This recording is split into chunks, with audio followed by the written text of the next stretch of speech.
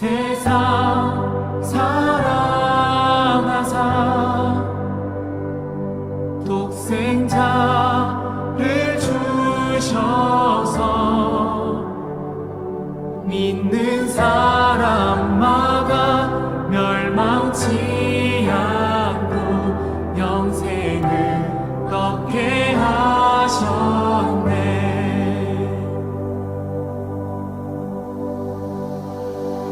십자가 의지하니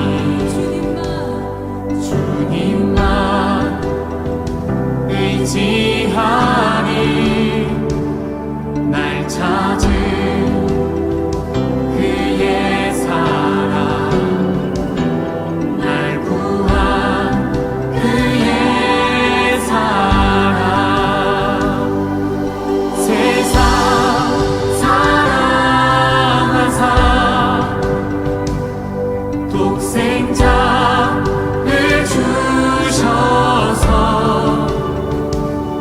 믿는 사람마다 멸망치 않고 영생을 얻게 하셨네. 주님 믿습니다. 주님을 기다리네. 주님을 기다리네. 주 말씀 기다리네. 주 은혜로 구원된 나 은혜로 자유하네. 세상 사랑하사 독생자를 주셔서 믿는 사람마다 멸망치 않고 영생을 얻게 하셨네.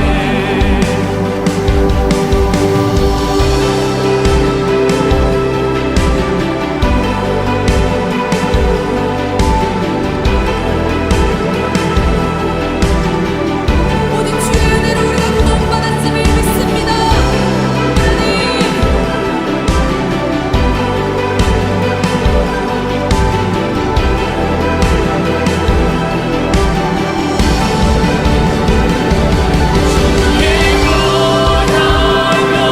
나는 자유해.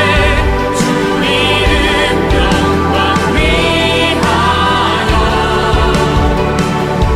오직 주님께 모두 드리리.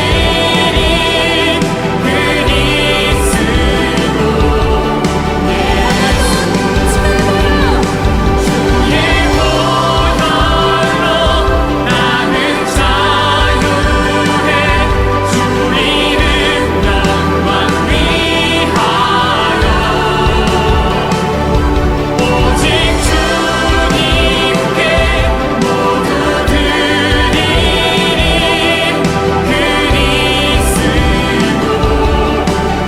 그리스도 손을 들고 믿읍시다. 세상 세상 사랑하사 독생자를 주셔서 믿는 사람마다 멸망치 않고 영생을 얻게 하셨네. 영생을 얻게 하셨네.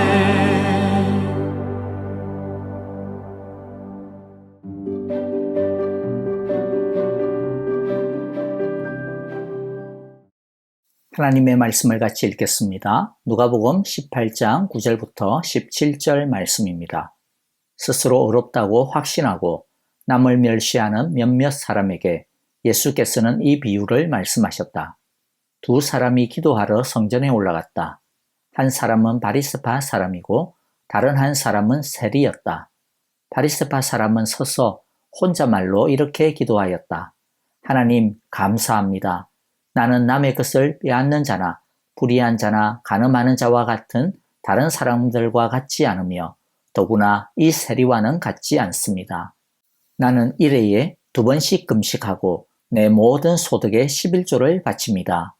그런데 세리는 멀찍이 서서 하늘을 우러러 볼 엄두도 못 내고 가슴을 치며 아 하나님 이 죄인에게 자비를 베풀어 주십시오 하고 말하였다. 내가 너희에게 말한다. 의롭다는 인정을 받고서 자기 집으로 내려간 사람은 저 바리새파 사람이 아니라 이 세리다. 누구든지 자기를 높이는 사람은 낮아지고 자기를 낮추는 사람은 높아질 것이다. 사람들이 아기들까지 예수께로 데려와서 쓰다듬어 주시기를 바랐다. 제자들이 보고서 그들을 꾸짖었다. 그러자 예수께서 아기들을 가까이 부르시고 말씀하셨다. 어린이들이 내게로 오는 것을 허락하고 막지 말아라. 하나님의 나라는 이런 사람의 것이다. 내가 진정으로 너희에게 말한다. 누구든지 어린이와 같이 하나님의 나라를 받아들이지 않는 사람은 거기에 들어가지 못할 것이다. 아멘. 보통 사람들은 의의 기준을 그 사람의 행위에 둡니다. 그러나 하나님은 의의 기준을 하나님에 대한 철저한 갈망, 하나님 앞에서의 철저한 회개, 하나님만 의존하는 낮아짐에 둡니다.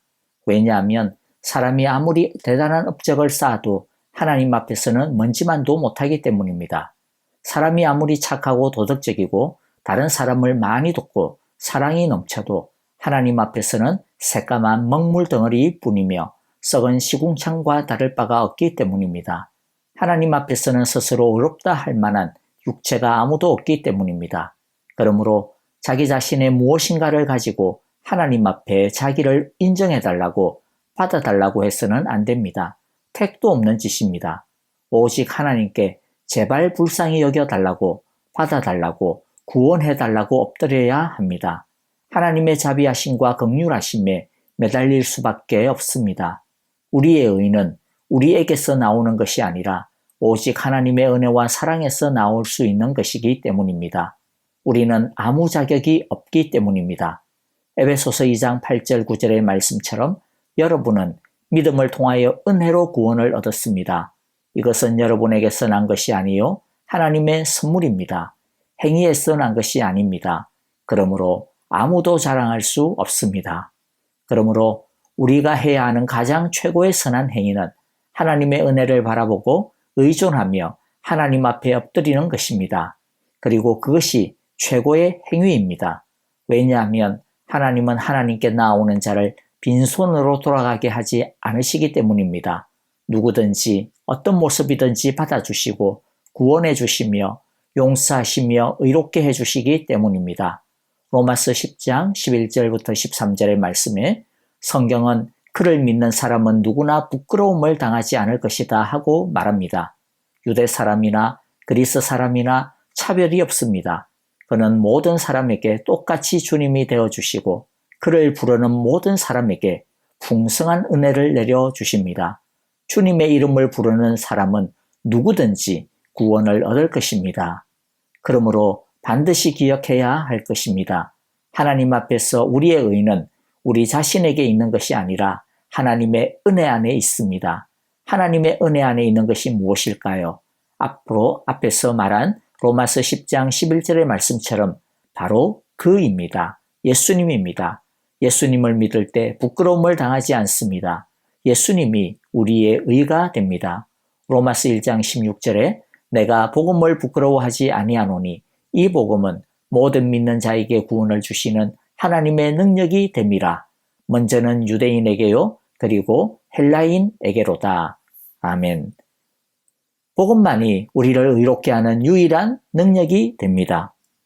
예수님은 오늘의 말씀 속에 새 인물을 등장시켜서 누가 의롭다함을 받을 수 있는지에 대해 예를 들어 주십니다. 바리새인은 당시 백성의 존경을 받던 사람입니다. 11절에서 스스로 말하듯이 그는 일주일에 2번씩이나 금식을 했고 11조를 빠뜨리지 않고 드리는 사람입니다. 그리고 10절의 고백처럼 그의 일상과 사회적인 삶도 얼마나 귀한지 모릅니다. 모세의 율법을 진지하게 지킨다라고 스스로 나는 경건하다라고 자부했습니다. 반면에 세리는 어떤 사람입니까? 동포의 고혈을 착취해 로마에 바치는 민족의 반역자로 낙인 찍혀 멸시와 미움을 받았습니다. 성전에 올라가 기도할 때에 바리새인은 하나님 앞에 당당히 서서 자신의 의로움을 자랑합니다.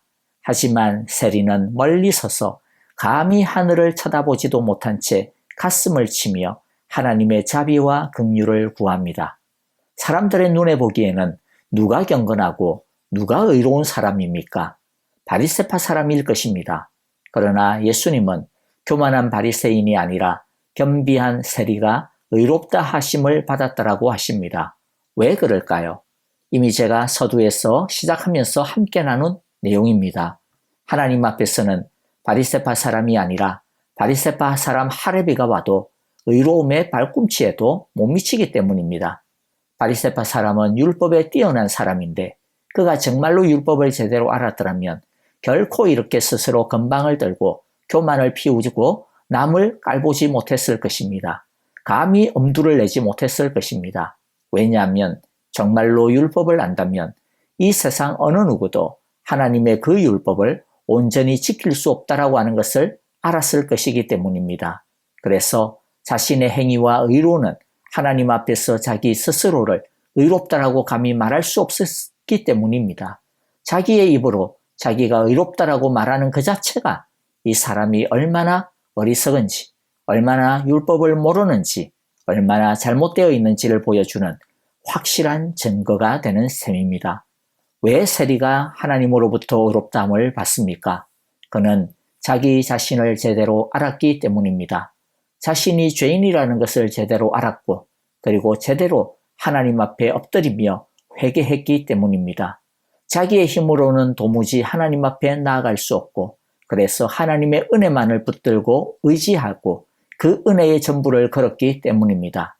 여러분, 혹시 우리 안에는 바리새파 사람과 같은 교만과 자기 의가 없는지 오늘 이 시간 우리 스스로를 돌아보는 시간이 되었으면 좋겠습니다. 세리처럼 오직 하나님의 은혜에 찰떡처럼 딱 따라붙어서 살아가는 우리 모두가 되기를 바랍니다. 그러면 하나님은 우리의 모습이 어떠하든지 다 씻어주시고 온전히 새롭게 해주실 것입니다. 예수님은 이어서 또 하나의 예를 더 들어주십니다.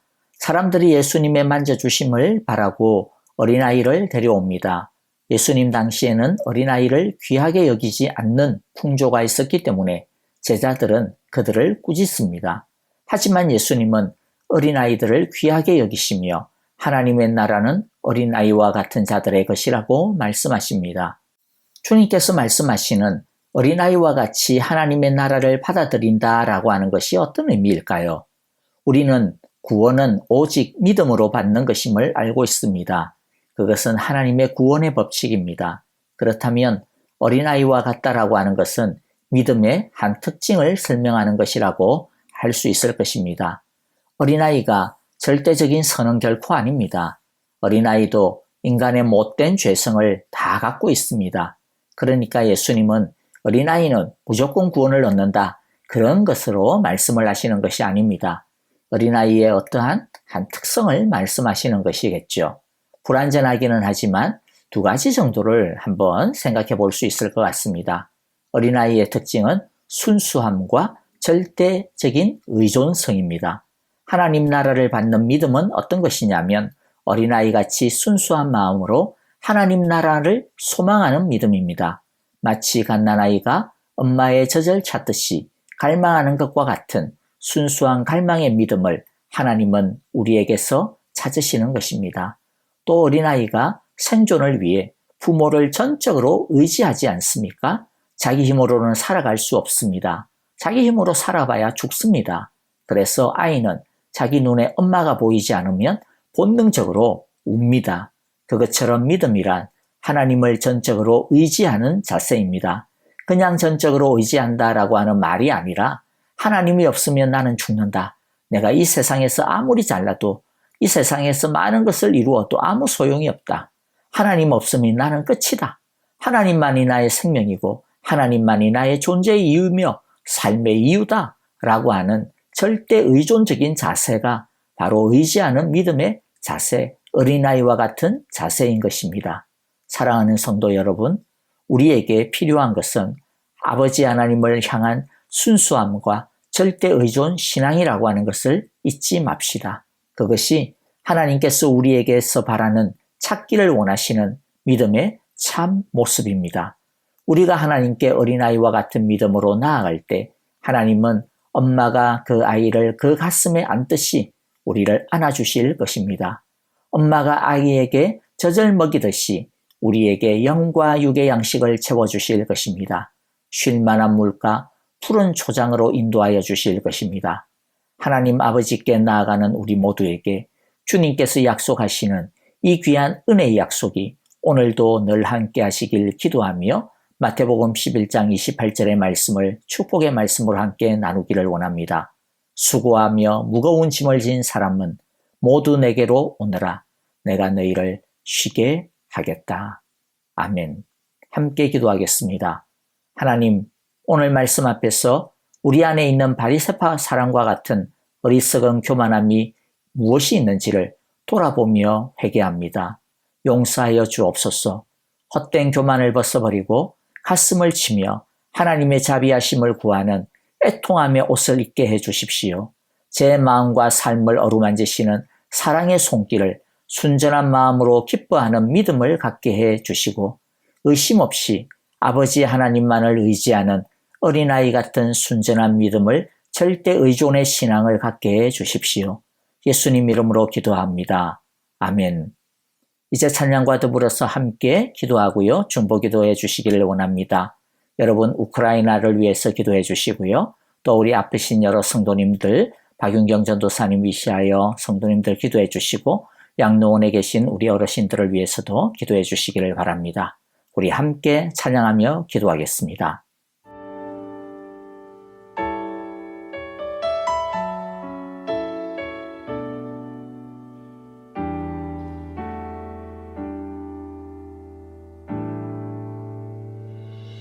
내 모습 이대로 사랑하시네.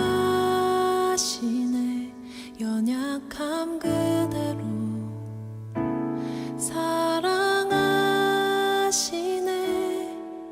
나의 모든 발걸음 주가 하시나니 날 인도하소서. 내 모습 이대로 사랑하시네.